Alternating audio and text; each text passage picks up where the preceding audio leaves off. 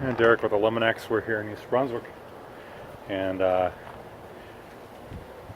doing a service for crickets. And I'm doing a preliminary inspection, so I'm going to write a report. But you see, like, tons of traps everywhere and RTUs. And maybe I'll report to them that the bait is empty. You know, so maybe I'll take these up for them. That's, you know, by law they're supposed to, if they can't be abandoned, they're supposed to be taken off the property. So I guess the company that they had, they got snap traps everywhere. There's no bait on the traps.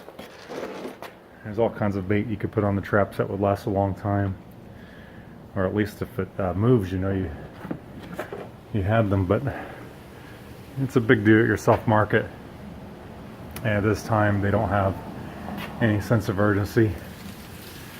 So I'm going to be spraying the around the perimeter and the windows.